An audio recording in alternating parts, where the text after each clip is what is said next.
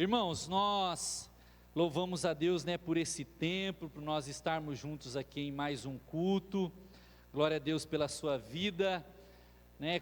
Obrigado, Nani. Como que você passou esse final de ano? Como está o início do seu ano, né? Alguns irmãos e irmãs estão retornando aos cultos agora, alguns ainda estão viajando, outros ainda irão viajar, não é verdade? Tem pessoas que trabalham, né? A dinâmica da cidade, a dinâmica vai mudando conforme o trabalho, conforme o tempo. Tem gente que tirou férias, tem gente que não tirou férias, né? Mas glória a Deus por nós estarmos juntos nesse culto. É uma bênção, né? Nós estarmos juntos, uma bênção nós começarmos o nosso ano, né? Já começamos domingo passado, esse domingo, creio que o próximo domingo também, esses 20 primeiros dias, né? 30 primeiros dias do ano, nós sempre colocamos diante do Senhor, né? E muita coisa acontece, não é verdade? Quantas coisas aconteceram na nossa vida nesses 10 primeiros dias do ano, né? Muita coisa já mudou, muita coisa já te preocupou, muita coisa difícil já aconteceu, tem alguns desafios já se apresentando na sua vida, ou tem algumas bênçãos chegando na sua vida também, né? Quantas coisas a gente já vive no início de ano, quantas coisas a gente já começa o ano olhando e dizendo assim: Senhor, me ajuda em tal coisa que o desafio já começou grande, ou Senhor, que bênção isso aqui, que bênção descansar, que bênção tirar esse tempo de férias, que bênção, Senhor, alguns ajustes que estão acontecendo na minha vida. Quantas vezes, né? Como eu disse no ano passado, nós terminamos o ano olhando para trás, com desafios às vezes não vencidos, com sonhos alcançados, e quantas vezes nós também olhamos para frente e vemos agora no início do ano desafios, sonhos, né? Eu gosto sempre de dizer que o crente tem essa mania, uma mania boa. Eu não digo que é uma mania ruim, mas ela tem que ser colocada em prática, de pegar às vezes um papelzinho, escrever alguns objetivos, ter um tempo de oração. No próximo ano eu quero alcançar isso, eu quero alcançar aquilo, quero que tal coisa mude, eu quero alcançar tal objetivo, tal sonho. Nós temos esse costume, e agora, mais de 10 dias do início do ano, nós olhamos para o ano e começamos a falar: agora eu vou ter que colocar em prática aquilo que eu coloquei no papelzinho, os desafios que eu coloquei à minha frente, né? Eu já vou deixar as irmãs que eu faço visita nas suas casas tristes, né? Todo mundo sabe, né, que eu tenho déficit de atenção, né, e hiperatividade, e uma das coisas que dificulta é o açúcar. Você sabia disso? Né? A Viviane ali, que é nutricionista, vai me ajudar nisso, né, Vivi? Você ajuda e corrige o pastor, né, Vivi? O açúcar, ele inflama a gente, inflama partes do cérebro, inflama partes do corpo, algumas partes do nosso organismo, e nos atrapalha a sermos produtivos, né? E uma das coisas que eu vou precisar, porque a idade vai chegando e a barriga vai crescendo, é cortar, se não totalmente, mas boa parte do açúcar, porque eu sou muito doceiro. Não vai adiantar tomar medicamento para o TDAH, não vai adiantar ir para o psicólogo ou algo assim, né, tomar um remedinho, se você não cuida da saúde. E aí é um dos objetivos que eu tenho, talvez você tenha algum também. Talvez seu objetivo seja entrar na academia, né, que eu gosto sempre de brincar, igual meu avô falava, esmagrecer, né, esse ano eu quero esmagrecer, né. Talvez seu objetivo, né, mudou as coisas agora, né, não seja entrar na academia, mas ter um dinheirinho para comprar a canetinha, o Monjaro, né, e emagrecer, não é verdade? Juntar dinheiro para a canetinha, né? Então, a gente tem vários objetivos na vida, né? O meu é cortar boa parte do açúcar, para que eu seja mais produtivo, para que a minha vida com Deus melhore. Pastor, por que você está falando isso de púlpito? Porque nós temos um objetivo, que é honrar o nosso Senhor.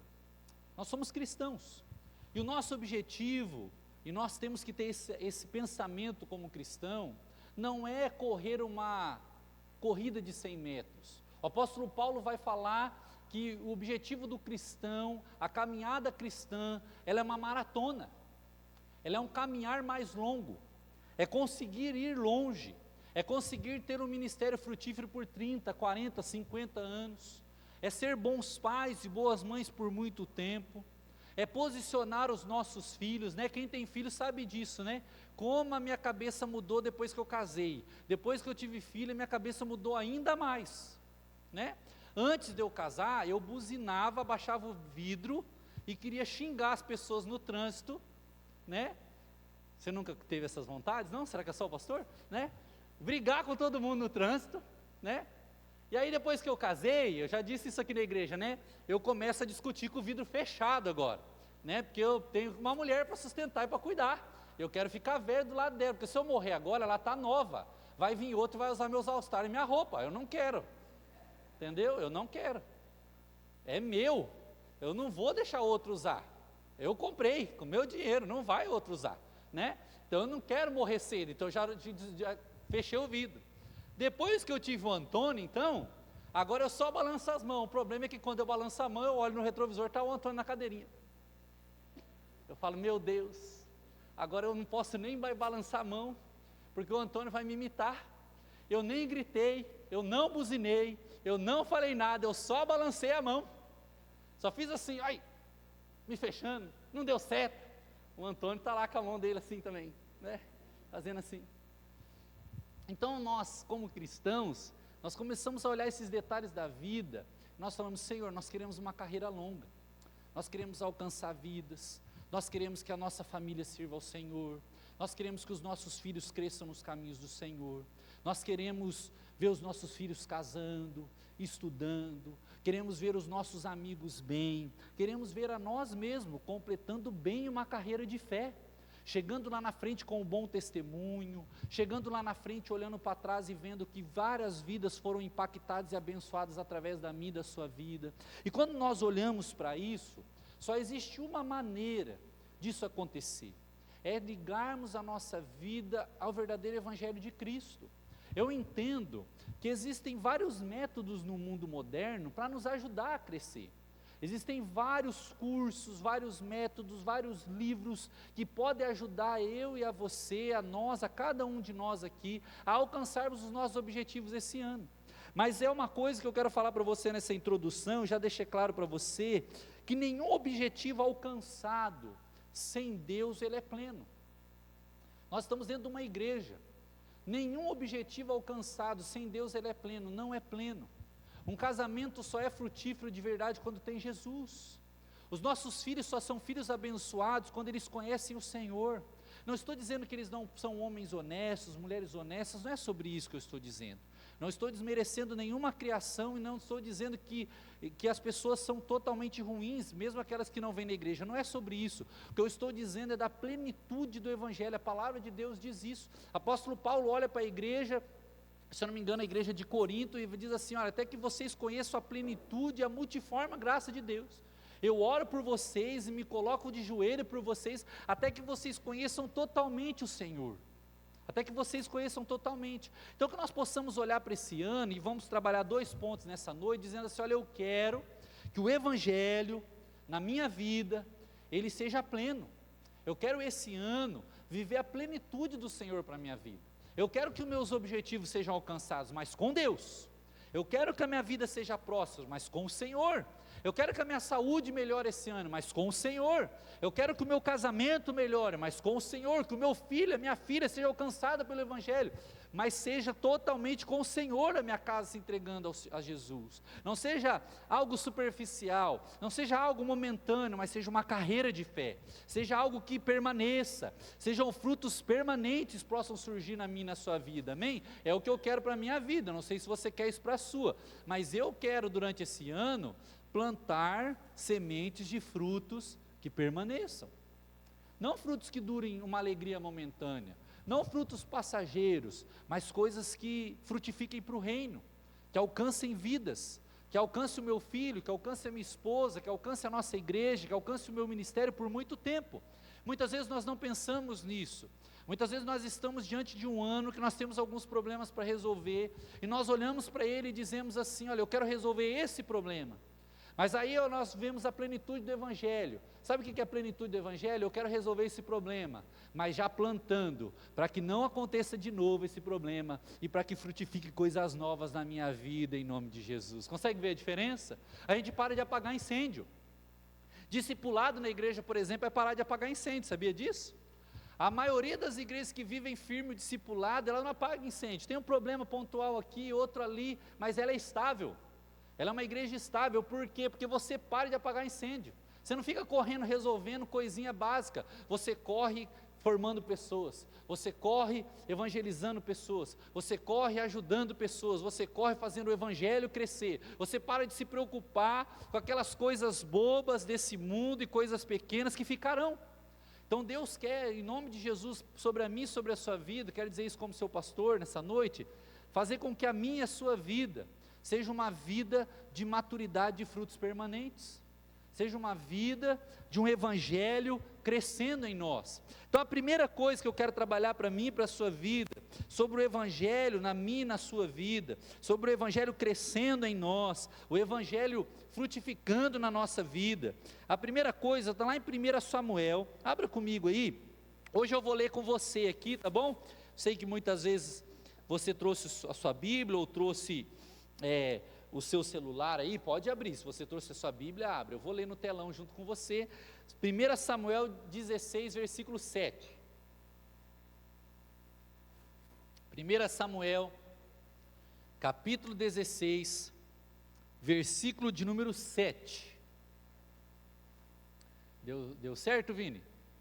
Amém, obrigado, show, 16, 7, 16, Vini, 16, 7, está 6, 7 ali, 16, isso, é quando Samuel vai ungir Davi, escolher Davi, Deus direciona Samuel a escolher Davi como rei sobre o povo, e aí a palavra de Deus vai dizer assim, porém, o Senhor disse a Samuel, quando olhou para Davi, não olhe para a sua aparência, nem para a sua altura, porque eu o rejeitei, porque o Senhor não vê como o ser humano vê, o ser humano vê o exterior, porém o Senhor vê o coração, quando o Senhor olha para a família de Davi, olha para o irmão de Davi, olha para Davi, Deus vai dar um direcionamento para Samuel, dizendo assim, quando você olhar para o escolhido, quando você está olhando para esses irmãos dele, Deus vai repetindo essa palavra, não foi esse que eu escolhi,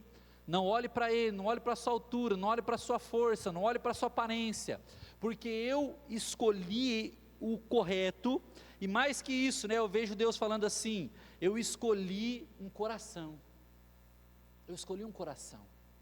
e quando eu olho para isso, eu vejo que o evangelho em nós, preste bem atenção nisso, quero trabalhar 2 pontos ligados à mesa do Senhor e ao começo do ano, o evangelho em nós, é medido pelo coração e não pela posição, o que Deus quer fazer através da minha e da sua vida, o quanto Deus quer usar a mim e a você, o que Deus tem como projeto para mim e para a sua família, para o nosso trabalho, para a nossa vida financeira, para o nosso ministério, para a nossa igreja, não pode ser medido por posição, tem que ser medido pelo coração, tem que ser medido por aquilo que como Deus olha, não como nós olhamos.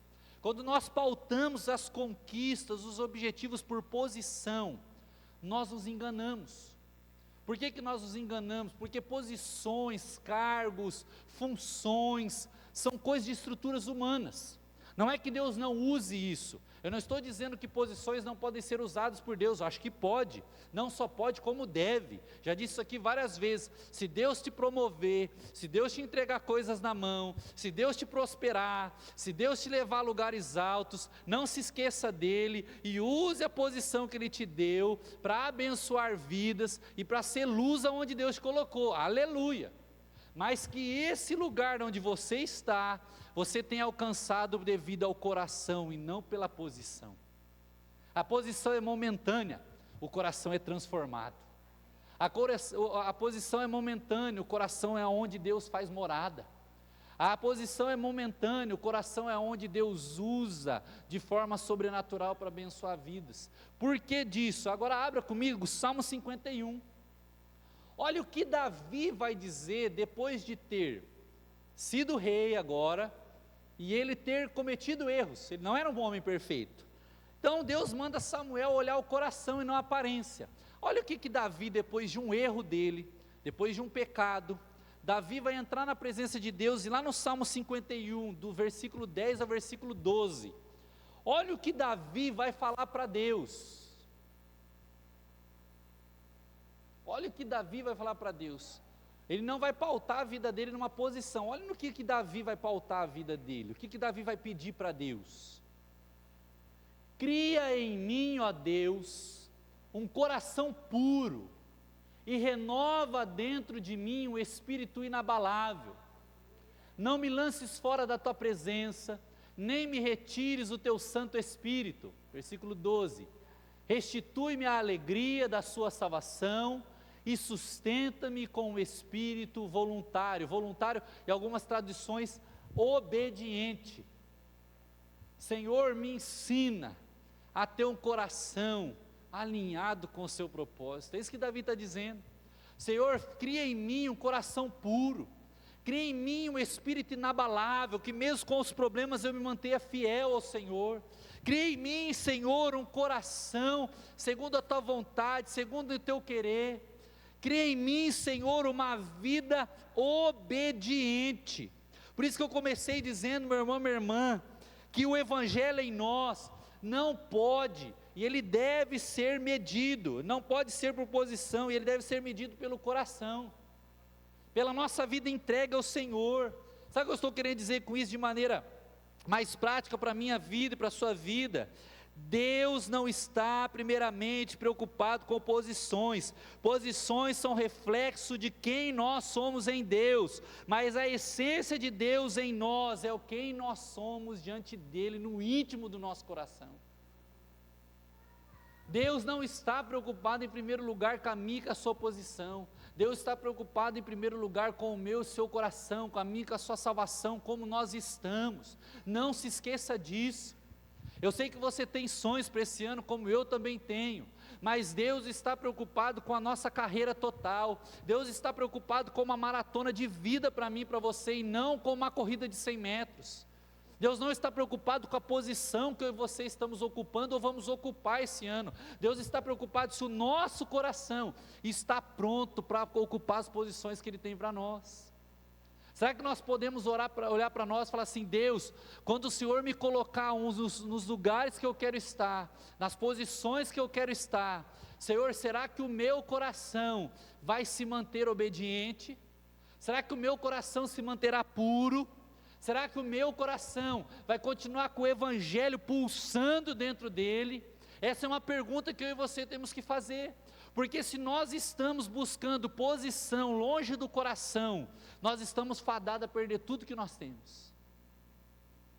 Sabe por que nós estamos fadados a perder tudo que nós temos? Porque a posição vai tomar conta da nossa família, a posição vai tomar conta das nossas amizades, a posição vai tomar conta do nosso verdadeiro ministério, a posição vai tomar conta da nossa vida, do nosso coração, de tal forma que nós vamos achar que somos alguma coisa sem Deus.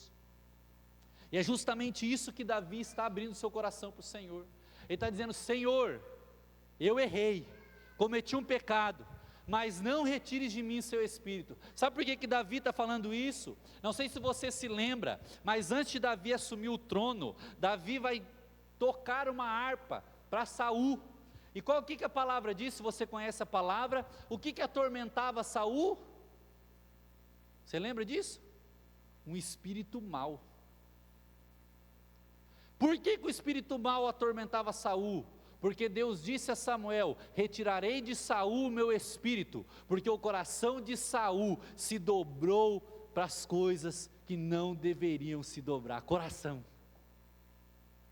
O coração de Saul, eu falei para ele não pegar os despojos, que não era para ele pegar as riquezas daquele povo, ele pegou. Eu falei para Saul não se esquecer de mim, se esqueceu. Eu falei para ele ser obediente, ele não foi. E aí Davi chega diante de Deus, quando ele peca, ele diz assim: Senhor, tem misericórdia de mim, não retires de mim o teu espírito, cria em mim um coração puro, uma fé inabalável, e Senhor, por favor, cria em mim alguém obediente ao Senhor, que eu não desobedeça como Saul desobedeceu, porque eu não quero, por causa da posição, ser atormentado por espíritos maus. Consegue entender? A posição sem um coração verdadeiro no Evangelho pode fazer com que eu e você sejamos atormentados por algo que não é do Senhor. Isso é sério. Isso é sério. Isso é algo sério na minha e na sua vida. Dinheiro por dinheiro é tormento. Dinheiro sem propósito é tormento. Não estou dizendo que dinheiro é ruim. Sem propósito é. Sem objetivo do Evangelho é. Servir ao dinheiro é ruim. O próprio Jesus disse isso. Não foi eu que estou dizendo, a palavra diz.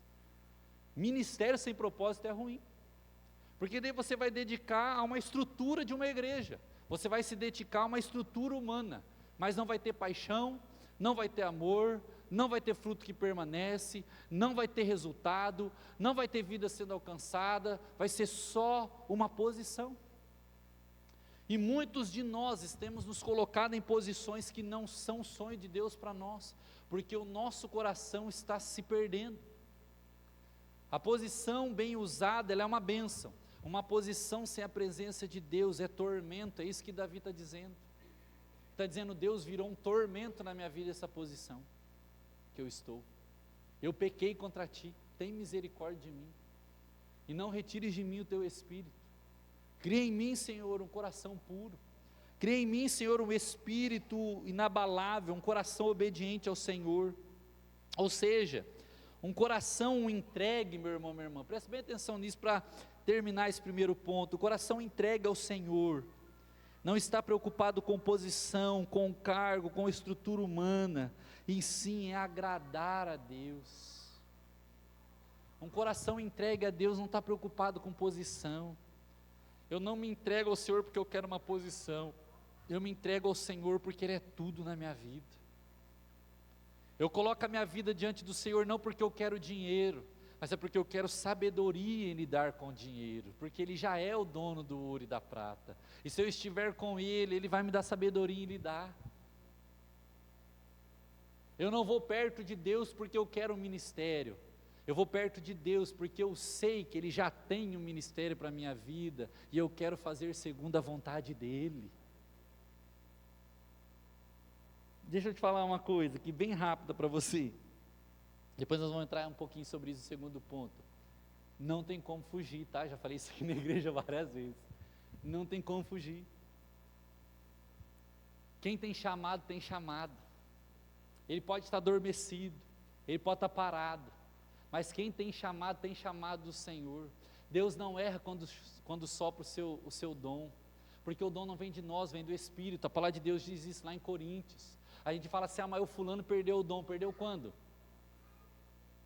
Ele não consegue tirar o dom dele, porque se foi o Espírito que soprou, só o Espírito que pode tirar.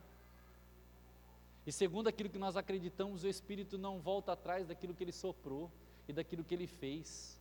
O que nós fazemos é não viver o que ele soprou sobre a nossa vida. Aí é responsabilidade nossa, não do Espírito, consegue entender? Porque nós estamos preocupados com posições, com diretrizes, com normas, com situações, ao invés de nos preocuparmos se o nosso coração está cheio daquele chamado que ele soprou sobre nós. A posição é resultado do chamado. A posição é resultado de um coração cheio da presença de Deus, cheio do sopro do Espírito. Eu não sei porque que eu estou te falando isso, mas não se esqueça disso. O chamado de Deus para a sua vida não tem idade.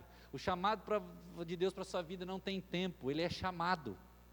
Quando Deus chama, Ele sopra um chamado sobre a vida de alguém. E só o Espírito dele é capaz de dar o chamado e dar os dons. Ele não vem de homens, ele não vem de uma placa de igreja, ele não vem de uma estrutura institucional, ele não está debaixo de uma estrutura institucional na sua essência. Eu respeito a instituição que eu estou, nunca escondi isso. Amo a igreja que eu estou, senão não estaria nela.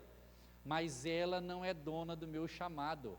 Não foi a igreja metodista que soprou o dom do pastoreio na minha vida, foi o Espírito Santo de Deus e ponto.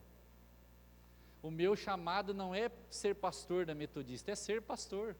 Se for da metodista até onde Deus quiser, vai ser onde Deus quiser. Se for por cargo, será até onde Deus quiser, mas eu tenho um chamado. Você também tem. Ele não está em cargo desta igreja, você consegue entender? Ele está à disposição desse lugar, porque você está aqui, mas ele não é o seu dono.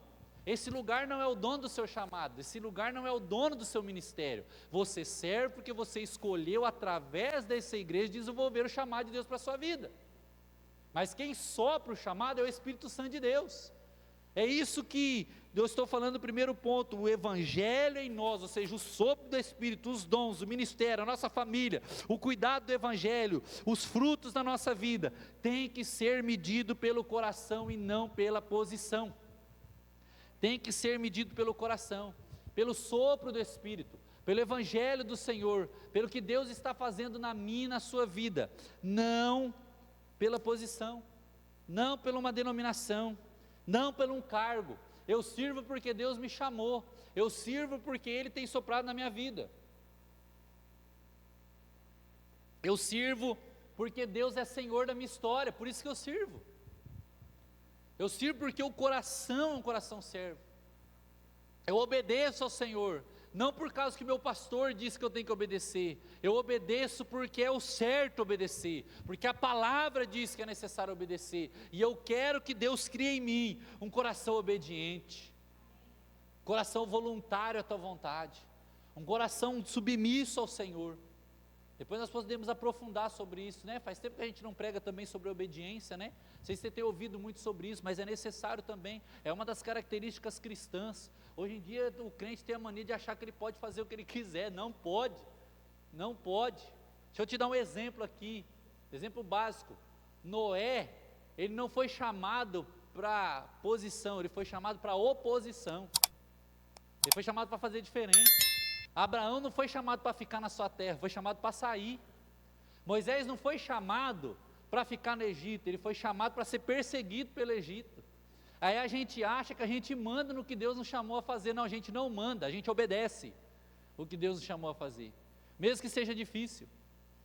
A gente tem uma mania como crente agora de achar, né, só porque os pastores aí do TikTok, né, com todo respeito, né, é porque eu não consigo ser, mas eu tinha vontade de ser, tá, não tenho nada contra, tá, eu gostaria de conseguir fazer esses videozinhos, etc, mas acho que não é muito meu perfil, acho que seriam uns vídeos meio difíceis e as pessoas não iam gostar de ouvir, né, não consigo começar assim, meu querido, minha querida, amado, amada do Senhor, lindo, linda de Jesus, não consigo. Não vai dar certo, né? Não vai dar muito certo, né? Então, o Evangelho, ele é assim, nós somos amados do Senhor, nós somos queridos do Senhor, mas só que nós somos também servos do Senhor, isso é necessário ser falado. Somos escravos do Evangelho, o apóstolo Paulo diz sobre isso nas suas cartas. Nós fomos comprados pelo sangue da cruz, ou seja, nós temos um dono. Isso aí é difícil falar, né? Se você joga isso na internet, acho que vai ter umas 2 curtidas e umas 20 descurtidas, e um monte de gente que deixa de te seguir, escreve que você é louco.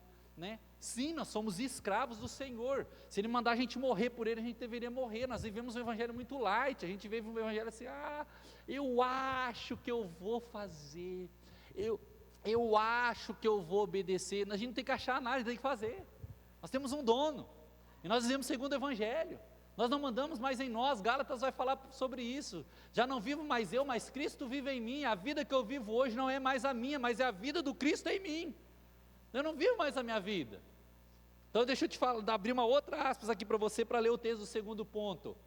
A partir do momento que a gente aceitou Jesus, nós acreditamos no livre-arbítrio, mas nós acreditamos principalmente no livre-arbítrio sem a primícia do amor de Deus nos alcançando e sabendo quem Ele é.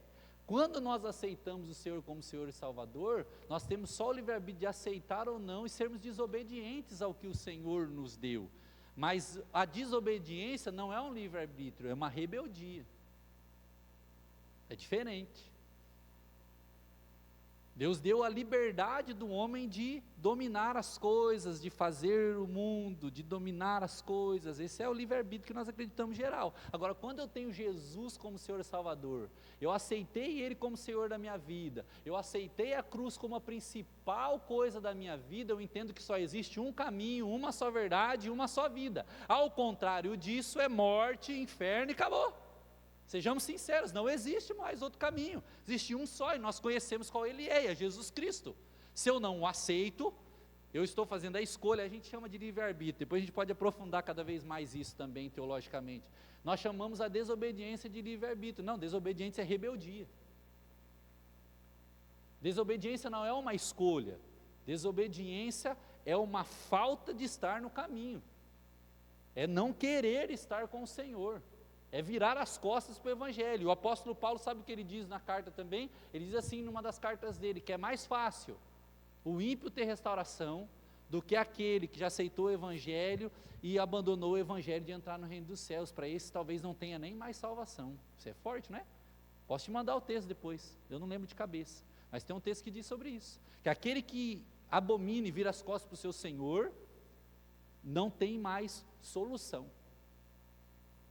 Sei que é difícil a gente entender isso, mas existe uma tradução numa questão de não conseguir por si só voltar ao caminho. Por quê? Porque não existe outro caminho a não ser um só, e ele escolheu não estar. Isso é sério, nós temos um dono, é necessário nós lembrarmos disso, principalmente num domingo de Santa Ceia. Nós fomos comprados pelo preço da cruz. O corpo e sangue do nosso Senhor foi derramado naquela cruz por amor a mim e a você. Não foi qualquer coisa, não é uma escolha, é obediência ou desobediência, é obediência ou rebeldia, é ir para o céu ou não aceitar o céu. Nós podemos não aceitar, mas não tratemos isso como qualquer coisa. Sejamos maduros de falar assim, eu não aceito, porque eu sou desobediente. Não porque Deus me liberou, não porque Deus quer isso para mim, porque eu posso fazer o que eu quero da minha vida. Não, não pode. A partir do momento que nós temos o Senhor, a nossa vida já não pertence a nós, ela pertence a Cristo. E olha o que Romanos, capítulo 8, versículo 18 vai dizer. Só tem 2 pontos hoje, tá, irmãos e irmãs?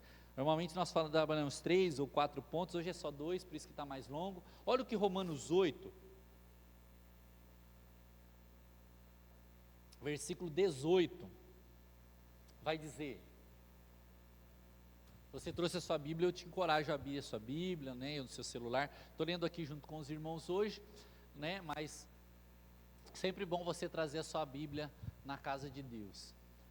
Romanos 8, 18 vai dizer assim, ó: porque para mim, tenho por certo, que os sofrimentos do tempo presente não podem ser comparados com a glória que há de ser revelada em nós.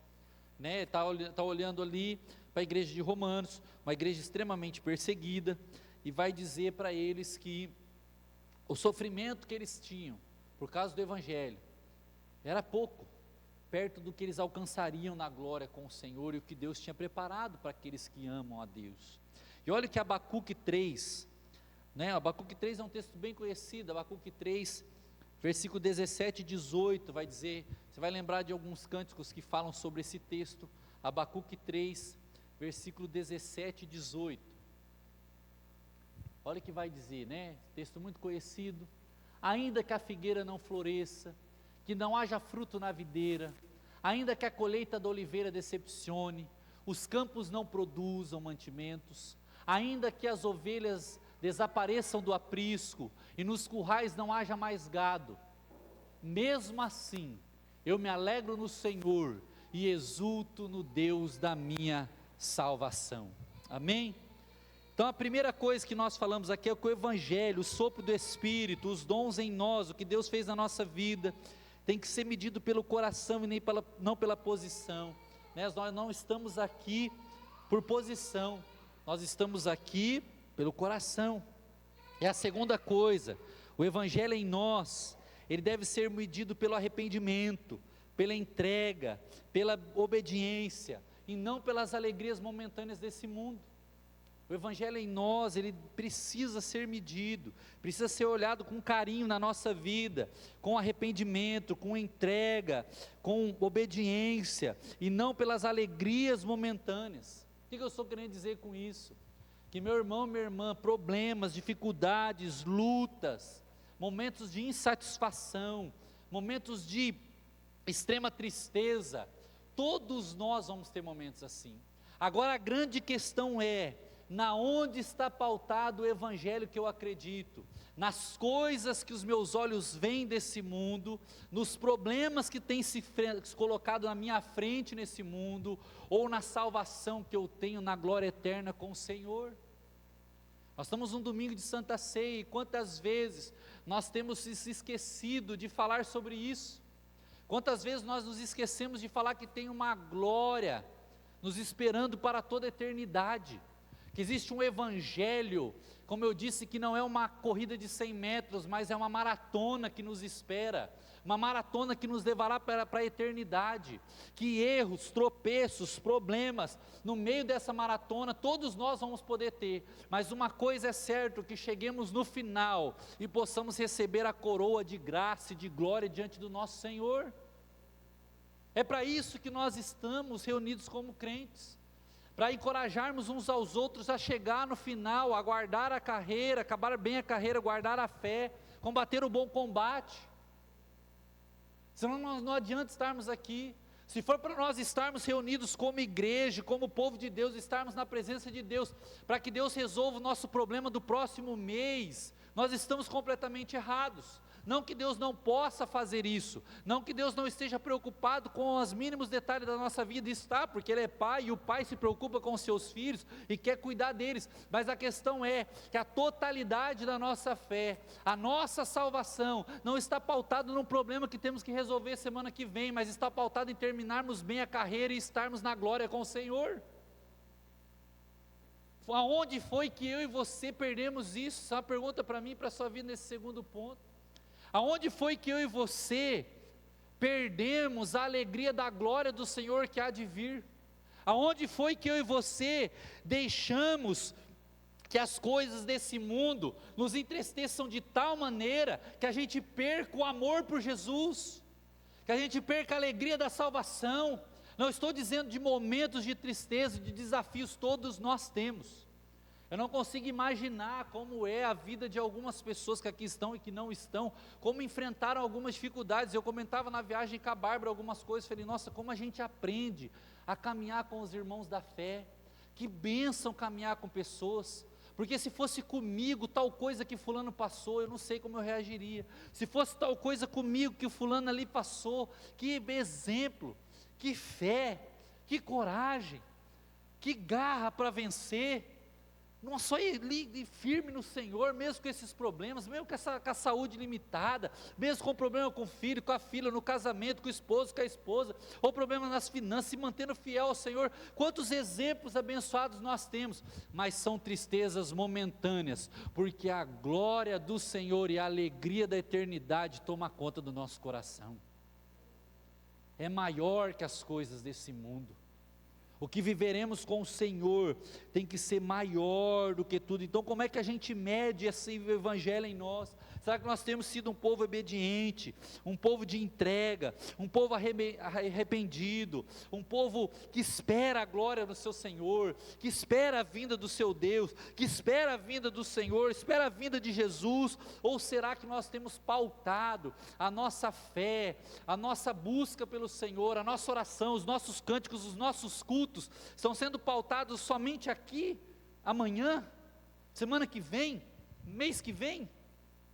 Se nós temos feito isso, nós precisamos nos corrigir. Se a nossa fé está pautada em vir para a igreja, em buscar ao Senhor, porque Ele pode fazer semana que vem, e não pautada no que Ele é, e na salvação que recebemos na cruz, e que somos salvos pela eternidade, tem algo errado em nós. A igreja precisa ser corrigida.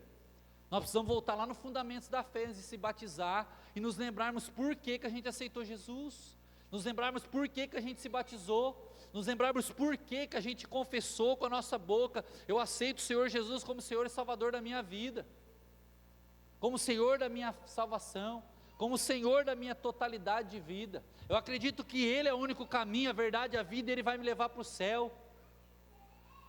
Será que foi outra oração que nós fizemos? Eu gosto de parafrasear às vezes, parece que a oração que a gente fez é assim: eu acredito em Jesus, que Ele vai resolver meu problema da semana que vem, e se Ele não resolver eu não vou orar, se Ele não me responder eu vou ficar triste, e se as coisas não for do jeito que eu não gosto, eu saio de tudo da igreja, eu saio dos ministérios, eu já não vou mais, já viro a cara para o povo, eu já vou brigar com os irmãos, e se não está do jeito que eu gosto, eu não oro mais, eu não dizimo mais, eu não me preocupo com ninguém, eu vou viver minha vida, e a igreja que se vive. Que eu saiba, não foi essa oração que a gente fez quando a gente aceitou Jesus. A oração que nós fizemos foi uma oração que nos leva a crer que Ele é Senhor da nossa eternidade, totalidade de vida. Ele é Senhor para sempre na nossa vida. E eu não estou desmerecendo as nossas dificuldades, as nossas lutas, os nossos problemas. Eu só estou dizendo que a glória do Senhor e a eternidade do Senhor está acima de tudo isso. E com a ajuda do Senhor, nós vamos conseguir colocar a nossa fé pautada em entrega, em arrependimento, em obediência, e não nas alegrias momentâneas desse mundo. Eu não sou alegre só por causa das coisas que eu recebo momentaneamente, mas eu sou alegre principalmente por ter Jesus como Senhor e Salvador da minha vida. Essa deveria ser a nossa verdadeira alegria. Não que as outras coisas não alegrem o nosso coração, não é verdade? Alegra, né? Alegra o nosso coração. Há uns 3 dias atrás, né, Bárbara, eu estava brincando com a Bárbara, o Antônio não queria saber de mim. Ele só queria abraçar a mãe dele, rapaz. Ele ficou uns 3 dias sem chegar perto de mim direito. Eu falei, mas o que eu fiz para esse menino? Um grude com a mãe dele, né? Falando, queria dar um cheiro nesse menino, ele não deixa, vou dar um cheiro nele, ele foge de mim, né? Agora faz 2 dias que o moleque não para de me abraçar, rapaz. Eu estou quase falando, calma, Antônio, vai com calma aí, rapaz. Abraça sua mãe um pouquinho ali, né?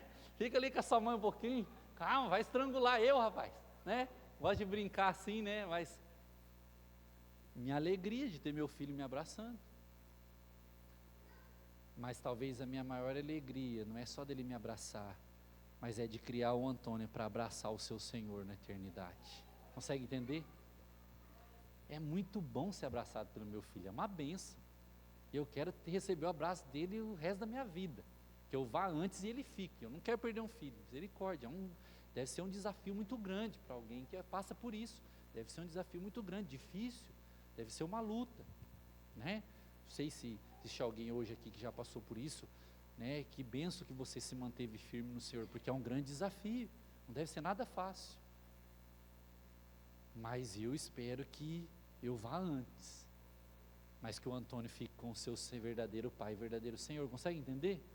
É difícil para mim tomar essa decisão, mas eu preciso querer que Deus seja antes que eu sou na vida dele. Eu preciso querer que ele ame mais a Deus que ame a mim, porque eu estou falando da eternidade, eu não estou falando desse mundo, eu não estou falando de alegrias momentâneas, eu estou falando de uma alegria por toda a eternidade com o Senhor.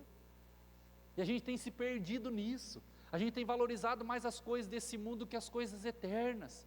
Nós temos valorizado mais essa mesa de Santa Ceia do que a mesa da eternidade. Consegue entender? Sabe por que eu digo isso? Vou só abrir uma aspas aqui. Fulano está tomando Santa Ceia. Não, mas ele não estava semana passada fazendo tal coisa? Meu filho, se você soubesse quem vai estar sentado na mesa da eternidade, você não se preocupava nem com essa, que lá vai ser pior.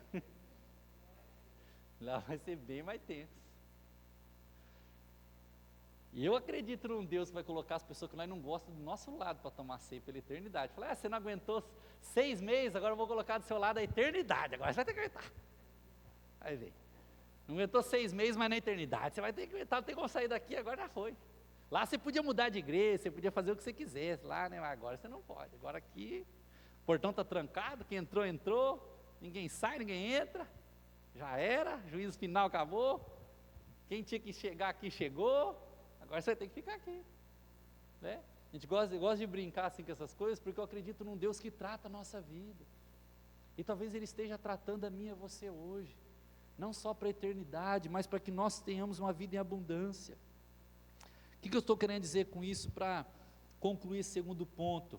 Meu irmão, minha irmã, as alegrias, elas são importantes, momento de satisfação, de conquista, glória a Deus, busque mesmo ser uma pessoa feliz.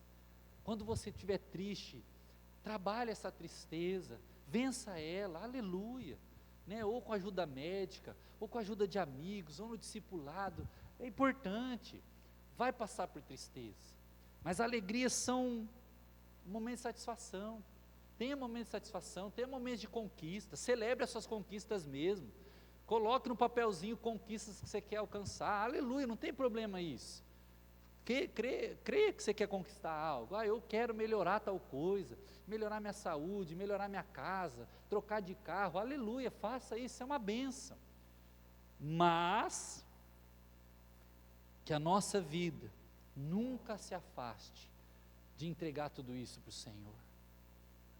Assim como nós entregamos as tristezas ao Senhor, as nossas alegrias também são dele.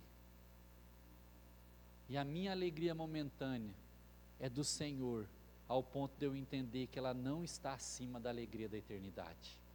Senhor, eu estou alegre hoje, talvez amanhã eu esteja triste, mas eu sou alegre todos os dias pela eternidade. Pastor, como assim? Está triste amanhã e ser alegre todos os dias? É isso mesmo. Eu estou triste com algumas coisas desse mundo, Senhor. Algumas coisas desse mundo são difíceis. Estão difíceis para mim vencer. São lutas que eu tenho que vencer. Mas eu não vou desistir. Eu não vou parar. O apóstolo Paulo também diz sobre isso. Abatidos, mas não destruídos. Cansados, mas não desanimados. É isso aí. Tá difícil. Mas tem um negócio melhor lá me esperando.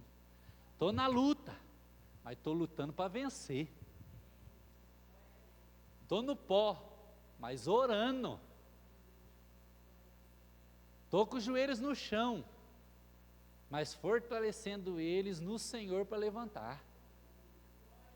Estou aqui, orando, crendo, caminhando com o Senhor, porque vale a pena seguir Jesus, porque é uma honra participar da obra do meu Senhor.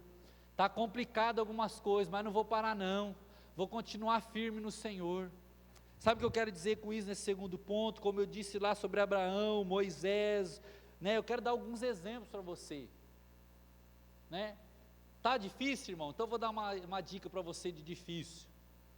Abraão teve que sair da sua terra e da sua parentela e começar algo novo, porque Deus mandou, sozinho, ele e Deus, porque nem a esposa dele acreditava no que Deus tinha falado para ele, até tirou sarro dele, tá? Ele e Deus. Eu estou sozinho na igreja, ninguém me ajuda. Você tem duas pessoas, uma pessoa que ora por você, então você já tem bastante, que Abraão era só ele. Está reclamando de barriga cheia. Só tem 2 amigos, glória a Deus que você tem 2 amigos. Abraão não tinha ninguém. O Ló, em determinado momento que ele quis levar junto, a mulher olhou para trás, ficou, e o Ló desistiu dele, não quis mais ficar com ele, fez tudo errado. A hora que ele tentou andar com alguém, as pessoas que ele tentou andar já deu errado. Era ele e Deus. Moisés, quando Deus chamou, teve que fugir do Egito, ficar 40 anos na casa do sogro. Já morou com o sogro? É uma benção. Já morou com a sogra? É uma delícia. Às vezes tem gente que é uma benção, tem histórias boas aí, mas na maioria das vezes, com todo respeito, não dá certo. Na maioria não dá certo. Algumas dá, mas a maioria não dá. Infelizmente é uma verdade. Por quê? Porque Deus quer que quem casa tenha casa. Vai viver sua vida, vai viver sua casa. Você não casou? Você tem que sustentar a sua família. Vai lá, constrói sua casa, aluga sua casa, vai viver sua casa. Deixa o idosinho lá que constrói a vida dele em paz, infernizando a vida dele. Estou brincando com você, mas é verdade, tem filho que dá trabalho até depois de velho. É isso aí. Vai lá, Moisés. Você matou o egípcio antes do tempo. Agora o faraó quer te pegar. Falei para você não relar no Egito. Você relou, matou ele, enterrou na areia. Veio o vento, descobriram, Moisés. Já era. Vai ter que fugir. Aí vai ficar 40 anos na casa do sogro, para depois viver o evangelho e viver o que Deus tinha para ele. Luta. Teve que se arrepender. Teve que falar que matou o Egito. Teve que voltar lá para o Egito, ameaçado de morte. Deus mandou voltar, vou voltar.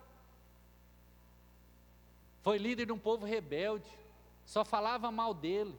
Ele nunca prestava para aquele povo, nunca era bom o suficiente. Tudo que ele falava entrava por aqui, saía por aqui do povo, e ele lá. Pastor, tudo que eu falo aqui para o meu marido sai por aqui. Então, Moisés ficou 40 anos ali, no deserto, falando para o povo. Continua 40 anos lá, falando para o seu esposo, entrando por aqui e saindo por aqui. Um dia, quem sabe, dá certo. Igual foi com o povo, até que eles obedeceram e entraram na terra prometida. Para a mulher é a mesma coisa. Se a mulher não te escuta, acho que vai, 60 anos, vai dar certo, Vamos aumentar um pouco, vai dar certo. Vai falando, vai escutar, Meu filho não me escuta, continua orando, continua crendo, Josué se levantou no meio de um povo incrédulo, um povo rebelde, que já estava na terra prometida. Olha que impressionante isso. Josué se levanta e o povo já está na terra prometida. Lembra que eu falei de posição no começo? O que o povo queria? O que o povo reclamava com Moisés? Andamos, não chega nessa terra prometida, era melhor ter morrido no Egito. O que Deus faz? Moisés morre, levanta Josué, Josué leva o povo para a terra. O que acontece na terra? Josué, você não é bom líder, Josué. Nós devíamos ter ficado no Egito, porque agora nós estamos aqui nessa terra e não está dando nada certo. Aí Josué faz o quê? Levanta no meio do povo e fala assim, ó, vocês querem servir os deuses além de Eufrates, o problema é de vocês, eu e a minha casa serviremos ao Senhor. Parafraseando para mim, para a sua vida, sabe o que Josué fez? Você imaginou uma cidade como Foz do Iguaçu aqui, ó, 200 mil habitantes, ninguém quer saber de Jesus, você sobe num caixote, está todo mundo no show da Fartal, né, ótimo, está todo mundo no show da Fartal, lotado de gente, 200 mil pessoas, você pega o microfone e diz assim, vocês estão tudo perdidos, se arrependam, eu e minha casa vamos servir ao Senhor, se vocês não quiserem, problema de vocês, tem coragem? Josué, sozinho, nem a família dele subiu com ele no caixote, ele falou pela família, falou, ó, até eu e minha família vão servir ao Senhor, não sei como que eu vou convencer eles, mas eles vão, porque nós vamos viver com Jesus, nós vamos viver com Deus. O Evangelho deveria ser medido assim em nós, o Evangelho que a gente olha para as pessoas e diz assim, eu continuarei servindo ao Senhor. Não quer ir na igreja hoje? Eu vou. Não quer orar? Eu vou lá. Quer jejuar? Eu vou jejuar. Ah, você não quer fazer as coisas do ministério? Não tem problema, eu faço. Não vou depender do outro irmão. Se o outro irmão não quer, eu vou fazer, porque Deus me chamou para fazer, e Ele que soprou o Espírito na minha vida, eu vou continuar fazendo o que o Senhor me chamou para fazer. Agora a gente começa com história assim, ah não, o outro não está fazendo, não vou fazer também não. Meu esposo não ora, eu não vou orar. Minha esposa não ora, eu não vou orar. Mas o que está acontecendo com a gente? Cadê aquelas irmãs do coque, rapaz, que ficou 40 anos de joelho toda madrugada orando pelos filhos, pelo marido? A irmã recém-casada orou 2 anos pelo marido, já está desistindo. Que seja 40, irmã, firme no Senhor, oh glória. O irmão também, glória, firme no Senhor para sua esposa, pelos seus filhos. Um evangelho de entrega, de arrependimento, de obediência, e não pautado nas alegrias desse mundo. Eu sei que é um desafio ouvir esse final, mas eu estou dizendo isso com amor pela sua vida como seu pastor. Você tem um ministério, você tem um chamado, e talvez você já começou o ano querendo desistir, você já começou o ano querendo abandonar tudo, já começou o ano falando assim, o pastor está chegando de férias, já vou marcar com o pastor que eu quero sair das coisas, o pastor está chegando de férias, eu já vou marcar porque eu quero desistir de tudo, quero desistir do meu esposo, quero desistir da minha esposa, quero desistir do meu filho, quero desistir da minha filha, eu vou chutar o balde, eu vou parar com tudo, porque ninguém me entende, porque ninguém me ama. Oh meu irmão, minha irmã, misericórdia, Jesus ama você demais, tem projeto para a sua vida, projeto para a sua família, projeto no seu ministério. Eu estou falando que você não pode marcar com o pastor não, tá? Você pode marcar, não tem problema nenhum, eu entendo que às vezes são ciclos que acontecem na vida dos irmãos, só estou dizendo que às vezes a gente deixa as coisas momentâneas desse mundo entrarem no lugar da obediência, entrarem no lugar da onde é de Deus. Se Deus mandar você fazer, meu irmão, minha irmã, você vai chegar em mim como seu pastor. Deixa eu explicar porque que eu estou dizendo isso. Você vai chegar no seu pastor, vai falar assim para ele, pastor, eu orei, e Deus me falou, ô glória, eu não vou nem te perguntar mais nada. Sabe a oração que eu vou fazer por você? Vou pôr as mãos na sua cabeça, vou falar assim, Deus, foi o Senhor que falou, então agora a responsabilidade é sua com o irmão aqui.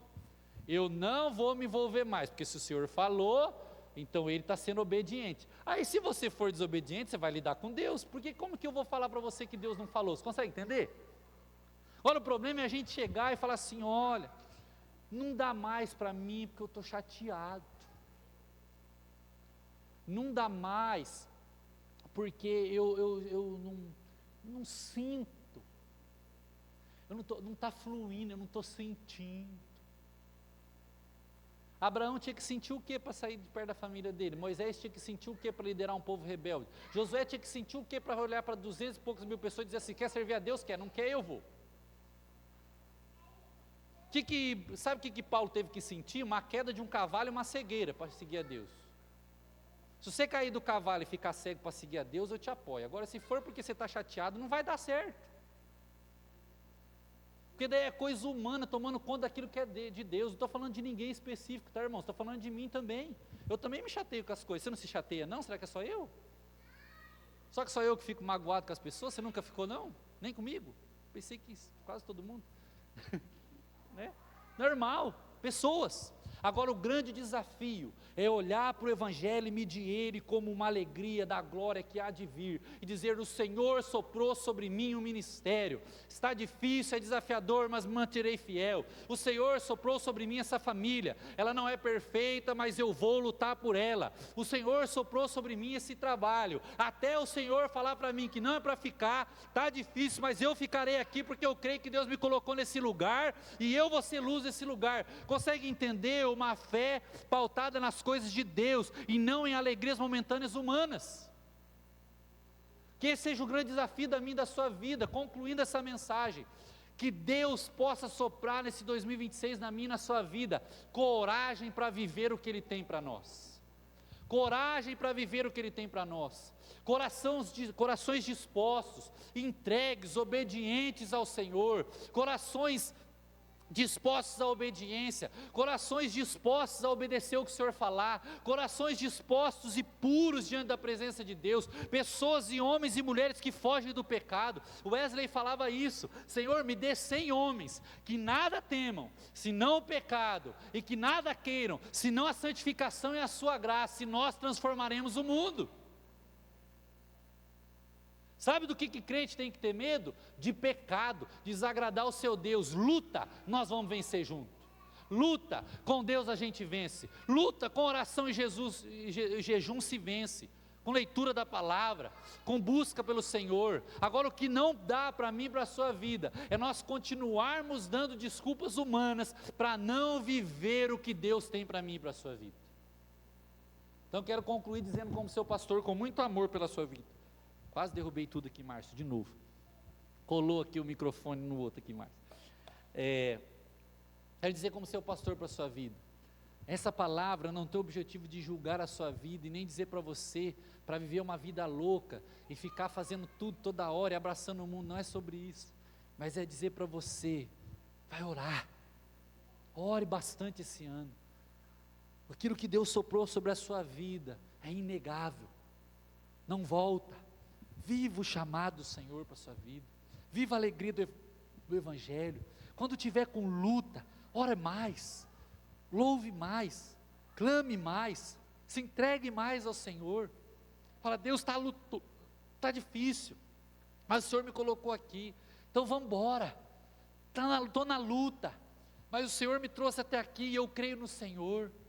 Não está fácil algumas coisas, mas eu creio que o Senhor vai me ajudar a vencer, porque o Senhor tem um chamado para a minha vida, o Senhor tem algo para fazer na minha vida. Qual que é o seu sonho, meu irmão, minha irmã?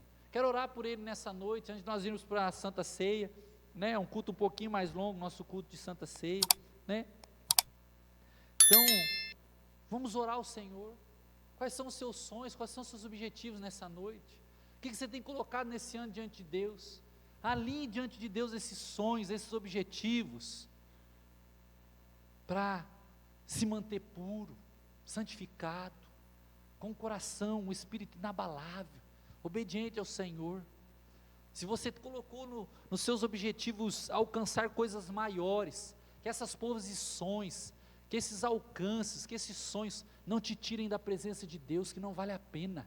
Tem que te falar isso como seu pastor. Nenhum cargo vale a presença de Deus. Nenhuma conquista vale a salvação. Nada vale mais do que o Senhor na minha e na sua vida. Coloque diante de Deus, alinhe com Deus os seus sonhos.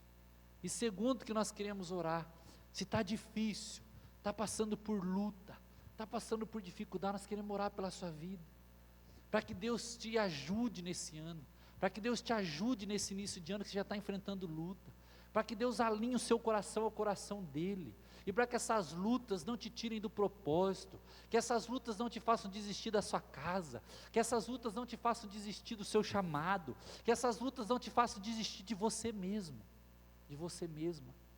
Quantas pessoas, com todo amor e respeito a cada um de nós estamos aqui, têm levado a vida do jeito que dá, porque não acreditam em si mesmos. Mas eu te dizer uma coisa, Deus acredita. Senão Ele não tinha soprado um ministério sobre a sua vida, senão Ele não tinha soprado fôlego de vida em você, meu irmão, minha irmã, se Ele não acreditasse nos planos e projetos que Ele tem para a sua vida. Se Deus não tivesse objetivos para você, Ele não tinha te criado. Isso é a palavra de Deus que diz, que desde a concepção, ou seja, da ovulação ali, a palavra do hebraico vai dizer sobre isso, desde aquela ovulação, te chamei pelo nome, sonhei contigo. Deus sonhou comigo e com você, Deus tem propósito para a nossa vida, Deus tem sonhos para mim e para a sua história. Agora o que nós precisamos fazer é alinhar isso com Deus, é falar: Senhor, eu creio nos seus planos e projetos.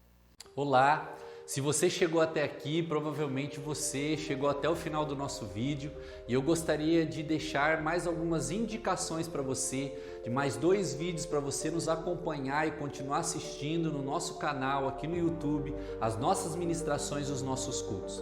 E te convido também, se for possível, que você curta esse vídeo, que você compartilhe esse vídeo e mais que isso, que você se inscreva no nosso canal e possa nos acompanhar e ser edificado ou edificada em nome de Jesus. Que Deus te abençoe.